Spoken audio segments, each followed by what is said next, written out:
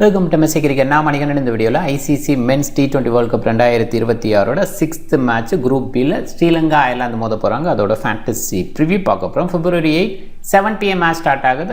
Premadasa stadium கொழும்புல தான் இந்த போட்டி. கண்டிஷன் க்ளவுடியாக இருக்குது, அந்தளவுக்கு மழை இல்லை அப்படிங்கிற ஃபோர்காஸ்ட் தான். க்ளவுட் இருக்கிறதுனால பாசிபிளாக டியூ ஃபேக்டர் பெரிய இம்பேக்டை க்ரியேட் பண்ணாது, பட் சில்னஸ் ஆட் ஆகும். சேஸ் ப்ரிஃபர் பண்ணலாம். என்னை பொறுத்த வரைக்கும் பேட் ஃபஸ்ட்டு ரன்ஸ் அந்த போர்டு வைக்கும்போது இங்கே பெட்டராக கூட இருக்கலாம். ஸ்பின்னர்ஸுக்கு கொஞ்சம் ஃபேவர் இருக்குங்கிற கேள்விப்படுறோம். அண்டு பேசர்ஸு பேக் எண்டில் கொஞ்சம் விக்கெட்ஸ் எடுக்கலாம். காரணம் கொஞ்சம் slow nature track. Premadasa stadium டிஃப்ரெண்ட்டாக ஒவ்வொரு டைமும் பிஹேவ் பண்ணியிருக்கு. இன்றைக்கி எப்படி இருக்கும் அப்படின்னு பார்க்கணும். அண்ட் இந்த சீரியஸ் ஸ்டார்ட் அப்படின்றதுனால எல்லையாக கொஞ்சம் ஹார்டராக கூட வச்சுருக்கலாம். ஸ்விங் கிடைக்கிற மாதிரி கொஞ்சம் ஸ்லோ நேச்சர் இல்லாமல் கூட இருக்கலாம். அது ஆன் டைமில் பார்த்துப்போம். மெஸ்ஸி கிரிக்கெட் 11 அப்படின்னு சர்ச் பண்ணி டெலகிராமில் ஜாயின் பண்ணிக்கோங்க. குழப்பம் இருந்ததுன்னா டாப் கமெண்ட் லிங்க் இருக்குது, கிளிக் பண்ணி ஜாயின் பண்ணிக்கோங்க. அயர்லாந்து பொறுத்த வரைக்கும் ஓரளவுக்கு டீசென்ட் டீம், எக்ஸ்பீரியன்ஸான டீமு. பட் ஸ்டில் அந்தளவுக்கு கன்சிஸ்டன்ட் பேஸ் இல்லை, பெரிய டீமை பீட் பண்ணுறது இல்லை. நிறைய விளையாடுறாங்க, குட்டி குட்டி டீம்ஸ் எல்லாம் பீட் பண்ணுறாங்க, வெற்றி சதவீதம் ஓரளவுக்கு வச்சுருக்காங்க. அப்படின்னா கூட பெரிய பெரிய ஸ்டேஜில் அந்தளவுக்கு சிறப்பாலாம் பண்ணல. சில நேரங்களில் மட்டும் அப்செட் அப்படிங்கிற ஒரு விஷயத்த ஒரு சில இடங்களில் பண்ணியிருக்காங்க. டிம் டெக்டாருக்கு ஒரு வாய்ப்பு கிடைக்குமா? ஆஃப் பிரேக் பவுலர் நிறைய லெஃப்ட் ஹேண்டர்ஸ், அந்த பாயிண்டில் வேணால் டிம் டெக்டாருக்கு ஒரு வாய்ப்பு கிடைக்கலாம்.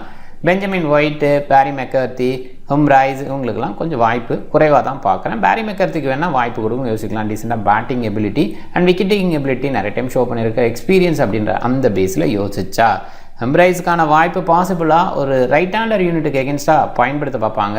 நிறைய லெஃப்ட் ஹேண்டர்ஸ் இருக்கும்போது இன்னொரு லெஃப்ட் ஆர்ம் ஆர்த்தடாக்ஸை பயன்படுத்த மாட்டாங்கன்னு யோசிக்கிறேன். பவுல் ஸ்டில்லிங் கேப்டனாக இருக்கார். ஆஃப் பிரேக் பவுலிங் சில நேரங்களில் ஒரு நியூ பால் வீசி பார்த்துருக்கோம். பட் ரீசெண்ட் இயர்ஸில் அந்த மாதிரி விஷயம் நிறைய நடக்கலை. இன்னைக்கு பண்ண வாய்ப்பு இருக்குது. ஹாரி டெக்டாருக்கு அந்த இடத்துல ஆஃப் பிரேக் பவுலிங் அப்படின்னு யோசிக்கலாம். ரோசடேர் ஓரளவுக்கு டீசென்ட் பேட்ஸ்மேன், ஆனால் பெஸ்ட்டுன்னு சொல்ல முடியாது. இவங்களோட ஃபார்ம் பேஸில் பெருசாக கிடையாது. எல்லாருமே எக்ஸ்பீரியன்ஸ் வச்சுருக்க பிளேயர்ஸ், அதில் டவுட் இல்லை. லோ கண்டாக்டை ஓரளவுக்கு ஆவரேஜாக யோசிக்கலாம். கேம்பை சூப்பராக விளையாண்டுட்டுருக்காரு, நல்லா விளையாடுவார்.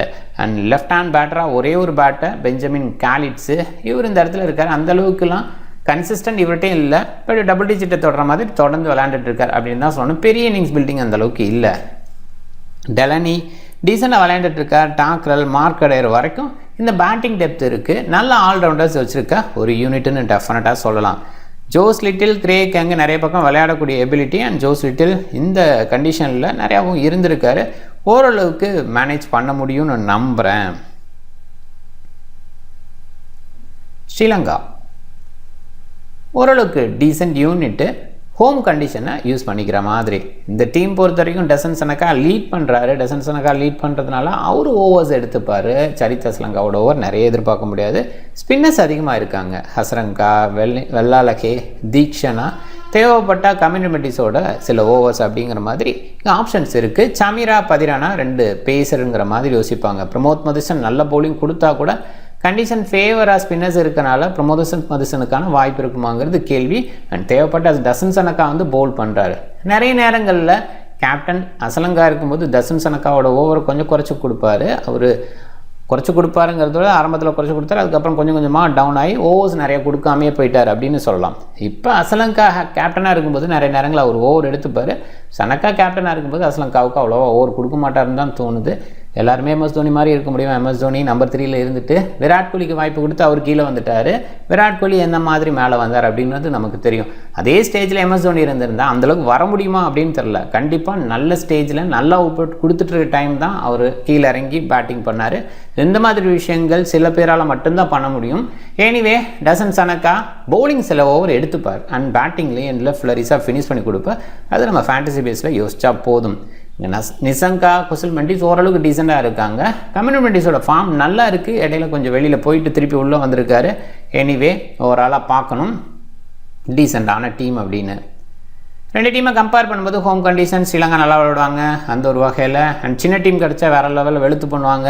ஓவராலாகவே ஒவ்வொரு இயர் ரொம்ப லாங் பேக்லேருந்து இப்போ வரைக்குமே பண்ணிகிட்டு இருக்க ஒரு விஷயம், ஸ்ரீலங்கா சின்ன டீம்ஸ்க்கு அகேன்ஸ்டாக பெரிய பர்ஃபார்மன்ஸ் கொடுத்துருவாங்க. சடனாக டோட்டலாகவே அவங்களை காலி பண்ணுவாங்க. அண்டு பெரிய ஸ்கோரை போஸ்ட் பண்ணுவாங்க. இது மாதிரி விஷயங்கள் ஸ்ரீலங்கா ரெக்கார்ட் பேஸில் நிறைய பண்ணியிருக்காங்க. ஸோ 1 செகண்ட் ஏதாவது ஒரு விஷயம் அது மாதிரி நடக்குமா பார்க்கணும். அண்ட் அயர்லாந்து ஸ்பின்னர்ஸுக்கு எகென்ஸ்டாக கஷ்டப்படுவாங்க. ஃபுல்லாகவே ரைட் ஹேண்டர்ஸ் யூனிட்னு தான் சொல்லணும். ஒரே ஒரு இடத்துல காலிட்ஸ் மட்டும் left hander.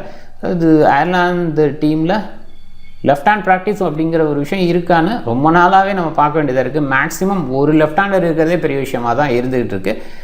And captain choice அப்படின்னு பார்க்கும்போது குசல் மெண்டிஸு செகண்ட் பேட்டிங் தான் அந்த அவுட்புட் நிறையா கொடுத்துருக்காரு நல்லா. ஸோ அந்த மாதிரி இடத்துல யோசிக்கலாம். டசன் சனக்கா பவுலிங் பேட்டிங் ரெண்டுமே கொடுக்குறாரு. ஸோ அந்த மாதிரி இடத்துல உங்களை கேப்டனாக ட்ரை பண்ணலாம். டசன் சனக்காவை கேப்டனாக எப்போ ட்ரை பண்ணலான்னா பேட் ஃபஸ்ட் பண்ணுற மாதிரி இருந்தால் பேட்டிங் பவுலிங் ரெண்டுமே கிடைக்கும் அப்படிங்கிற ஆங்கிளில். ஒரு வேளை பவுல் ஃபஸ்ட் பண்ணுற மாதிரி இருந்தால் பவுலிங்கில் ஸ்லோ ஓவர் வீசுவார், ஆனால் பேட்டிங்கில் வருவாரா அதுக்குள்ளே மேட்ச் முடியறதுக்கு வாய்ப்பு இருக்குது. ஸோ அந்த மாதிரி ஆங்கிலையும் கொஞ்சம் யோசிக்கணும். அண்ட் பதிரானா எண்டில் சூப்பராக வீசுவார். கொஞ்சம் ஸ்லோ நேச்சர் ட்ராக்காக இருந்தால் பதிரானாவை நல்ல சாய்ஸாக யோசிக்கலாம். ஹசரங்கா இந்த மாதிரி சின்ன டீம்ஸ்க்கு எகென்ஸ்டாக வேறு லெவல் பண்ணிடுவார். அதனால் சேஃப் கேப்டனாக ஹசரங்காவை கொஞ்சம் யோசிக்கலாம். வெள்ளலகை நல்லா பண்ணிகிட்டு இருக்கார், குறிப்பாக லெஃப்ட் ஆர்ம் ஆர்த்தடாக்ஸ் அப்படின்ற வகையில் கொஞ்சம் யோசிக்கலாம். ரிஸ்கி கேப்டன் அப்படின்ற இடத்துல கண்டிப்பாக வெள்ளலகை யோசிக்க வேண்டிய இடத்துல இருக்கார். அண்ட் ஸ்பின்னர் பேஸில் இருக்கிற சிலரை வந்து கேப்டனாக ட்ரை பண்ணலாம் ரிஸ்க் எடுக்கணும்னு நினைக்கும் போது. அண்ட் இந்த சைடுன்னு பார்க்கும்போது ஃபஸ்ட்டு பவுல் பண்ணுற மாதிரி ஒரு சுச்சுவேஷன் வந்தால் ஹாரி டெக்டராக கொஞ்சம் ரிஸ்க் எடுத்து முயற்சி பண்ணலாம். ஏன்னா ஸ்ரீலங்கா நிறைய லெஃப்ட் ஹேண்டர்ஸ் இருக்காங்க. ஸ்பின்னர்ஸுக்கு கொஞ்சம் ஃபேவர் பண்ணிச்சு அப்படின்னு சொன்னால் அந்த இடத்துல யோசிக்கணும். ஓரளவுக்கு இந்த சின்ன சின்ன டீம்ஸ் எல்லாம் பவுலிங் பேஸில் கண்ட்ரோலாக தான் வச்சுருக்காங்க. பேட்டிங்கில் தான் அந்த மொமெண்ட்டை கீப் பண்ண முடியல, அந்த கன்சிஸ்டண்ட்டை கொடுக்க முடியல, ப்ரெஷர் ஆயிடுறாங்க அப்படிங்கிற ஒரு விஷயம் இருக்குனால அதை கொஞ்சம் யோசிக்கலாம். அதே இடத்துல கொஞ்சம் எண்டோஸு கொஞ்சம் ஸ்லோ நேச்சர் இருக்குன்னா மார்க் அடையிற கொஞ்சம் ரிஸ்கி கேப்டன் சாய்ஸை யோசிக்கலாம். பேட்டிங் பேஸில் சில நேரங்களில் ப்ரொமோட் பண்ணுவாங்க, ஹிட் பண்ணுவார், அந்த ஆங்கிள்லையும் ரிஸ்கி கேப்டனாக யோசிக்கலாம். அண்டு ரிஸ்கி பிளேயர் அப்படின்ற மாதிரி யோசிக்கும்போது டெஃபினட்டாக கரத் டெலனி இந்த மாதிரி கண்டிஷனுக்கு நல்லா பவுலிங் கொடுப்பாரு, பேட்டிங்லேயும் கொஞ்சம் கான்ட்ரிபியூட் பண்ணுவார். அந்த ஆங்கிளில் கரத் டெலனி யோசிக்கலாம். லெக் பிரேக் தான் இருந்தால் கூட லெக் பிரேக் கூகுளி இந்த மாதிரி கொஞ்சம் வெரைட்டி போடுவார். அதனால் அவர் ஒரு டீசன்ட் சாய்ஸ். கமில் மிஸ்ரா வந்துட்டு ரிஸ்கி பிளேயராக யோசிக்கலாம். டாப் ஆர்டரில் டீசன்ட் அவுட்புட் கொடுக்க முடியும். ஓரளவுக்கு ஐலாந்தை கண்ட்ரோல் பண்ணிட்டாங்கன்னா ஸ்டடி பண்ணி எளியாகவே முடிக்கிற மாதிரி இருந்தாலும் கமில் மிஸ்ராவோட அந்த ரோல் நல்லாயிருக்கும். கமில் மெண்டிஸை ரிஸ்கி பிளேயராக யோசிக்கலாம். பாசிபிளாக ஸ்பின்னு தான் அப்படின்ற மாதிரி இருந்தால் கொஞ்சம் ஓவர்ஸ் கூட அவர் கிடைக்க வாய்ப்பு இருக்குது. பேட்டிங் பேஸ்லையும் டீசென்ட் அவுட்புட்டு ரீசெண்டாக கொடுத்துட்ருக்காரு. அந்த வகையில் ரிஸ்கி பிளேயராக அவரை யோசிக்கலாம். அந்த வீடியோ பிடிக்கும். நம்ம இந்த வீடியோ பிடிச்சிருந்தா லைக் பண்ணுங்கள், உங்கள் ஃப்ரெண்ட்ஸுங்களுக்கு ஷேர் பண்ணுங்கள், சேனலை சப்ஸ்கிரைப் பண்ண மறக்காதீங்க, கீழே கமெண்ட்டாக போஸ்ட் பண்ணுங்கள். மிக்க நன்றி.